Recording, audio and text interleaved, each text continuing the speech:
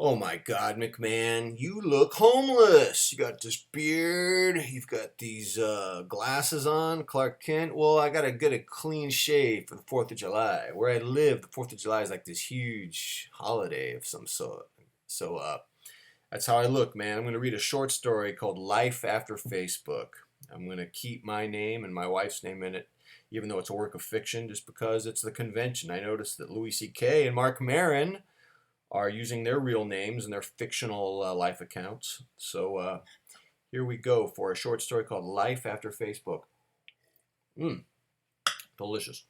Have you ever been to a couple's house with your wife? Got an upset stomach from nerves or the gnawing sense that the greenish, off colored meat they served you was undercooked or contaminated or both?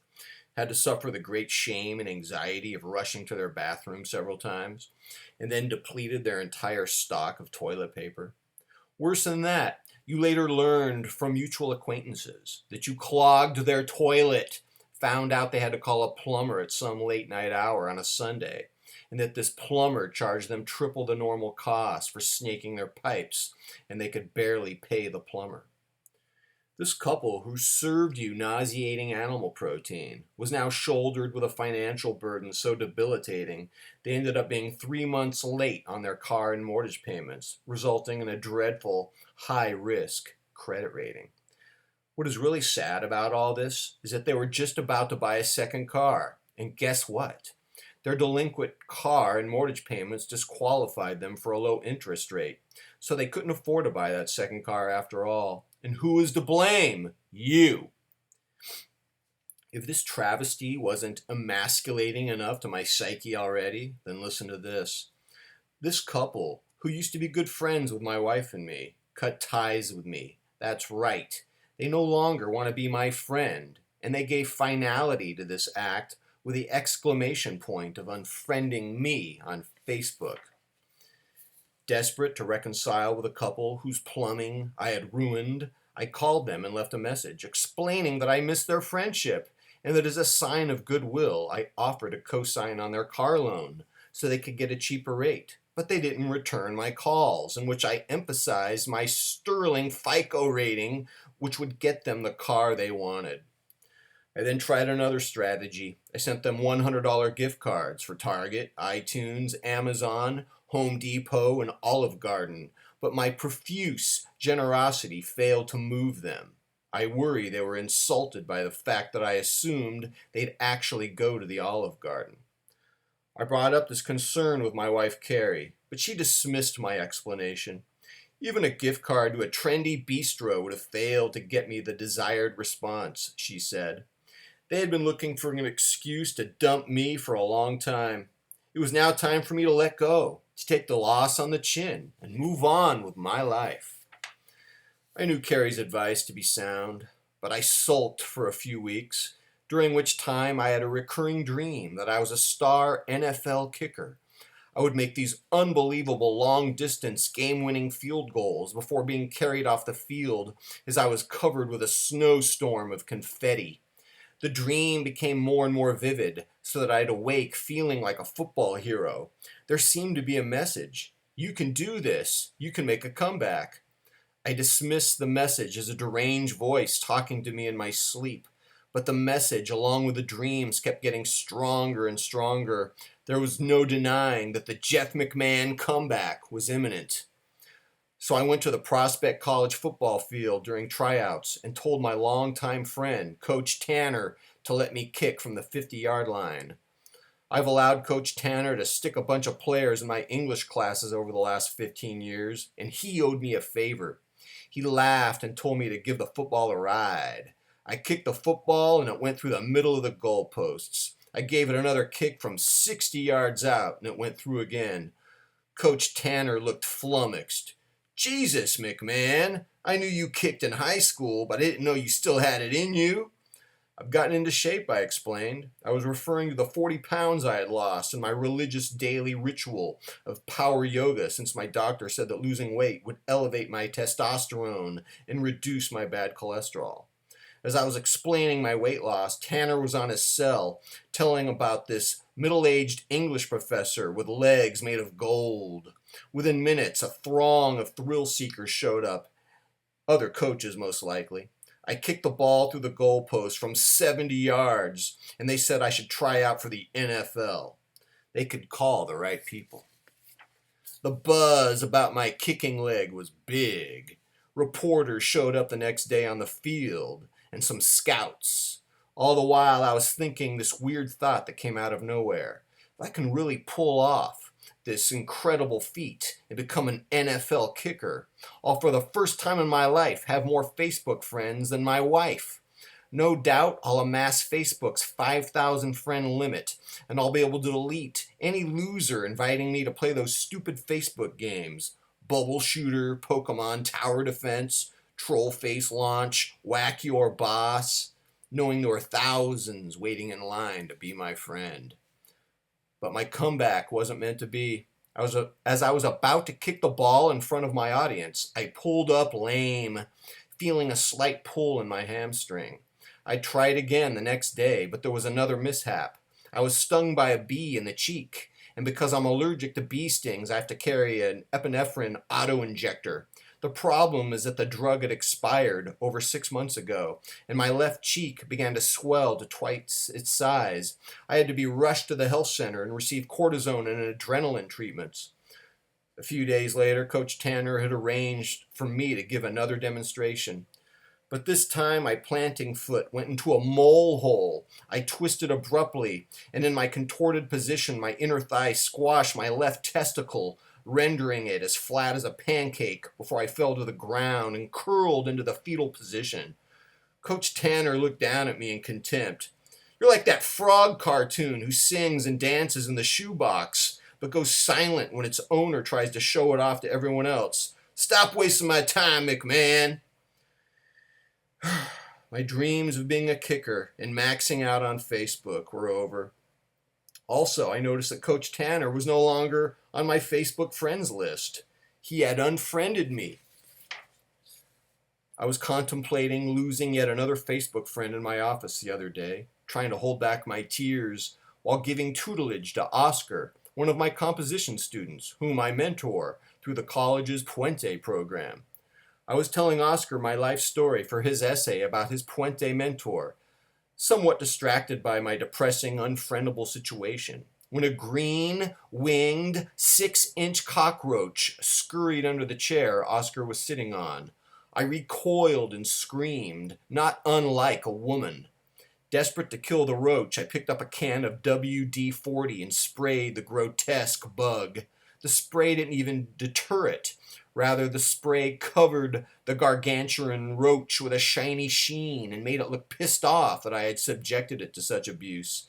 It got on its hind legs as if ready to challenge me to a boxing match. It seemed to be saying, "You want a piece of me?"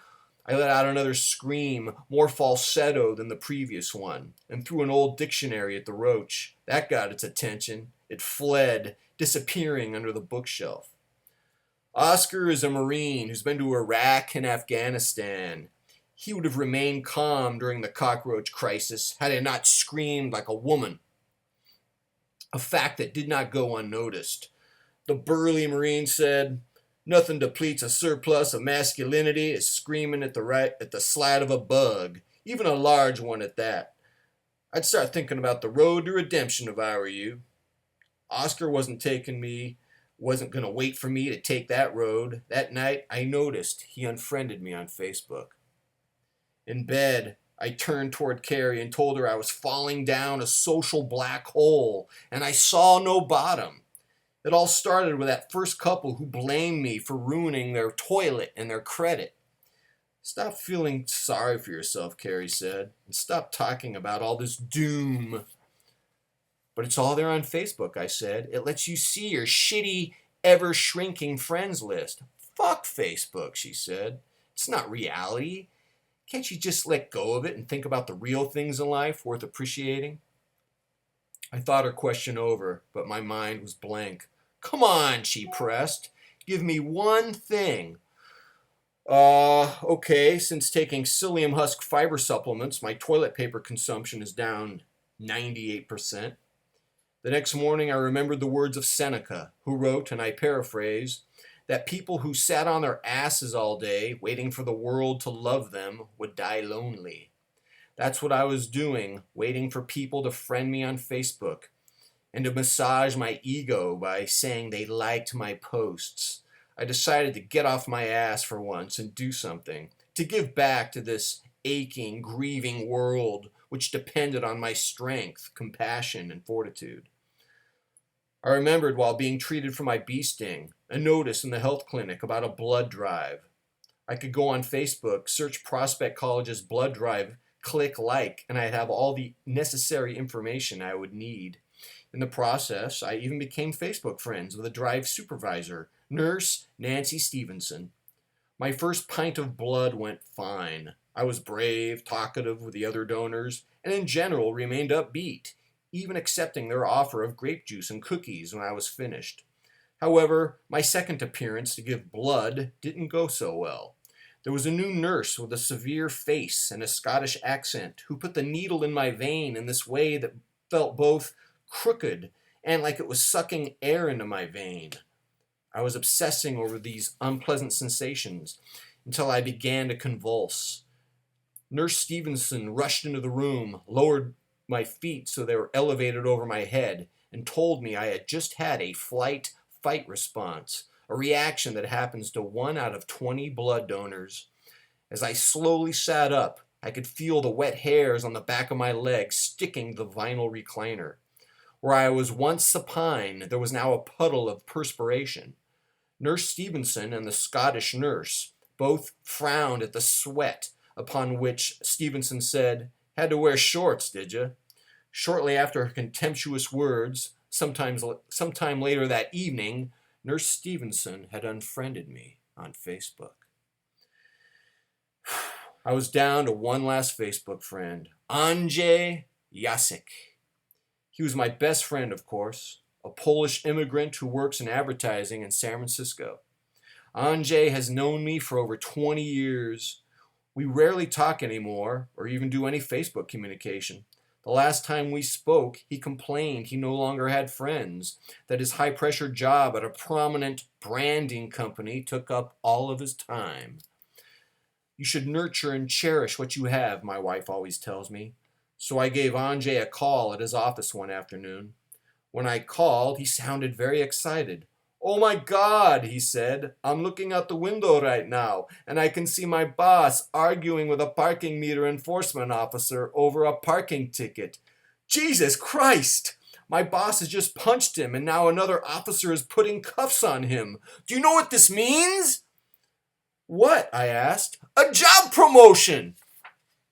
I was stunned by the quick turn of events and didn't know what to say. Andrzej apparently interpreted my awkward silence in a negative light. "Aren't you excited for me?" "Of course I am. You don't sound it." We talked back and forth about how his boss's arrest would make the job opening Andrzej had been looking for, but I couldn't convince him that I was happy enough for him. I was really glad to see him get the promotion he deserved, I said, but hearing about his boss punching a meter cop in broad daylight had a surreal quality that my emotions couldn't keep up with. In any event, during the next day or so, Andrzej unfriended me. That was it. I now had 0 Facebook friends. My Facebook account was now superfluous, a web page devoted to loneliness, navel-gazing, and solipsism. It was too much to bear. I deleted my Facebook account and sat in my office chair absorbing the shock of what I had just done when my wife approached me with 2 humongous cantaloupes. I'm the official smeller for finding all things ripe, and Carrie wanted to know which one of the melons was the ripest. I began to smell each one when Carrie said, "Jesus, dude, you don't have to get all aggressive and rub the tip of your nose in them. You should just look at them and don't scratch it up with your nose."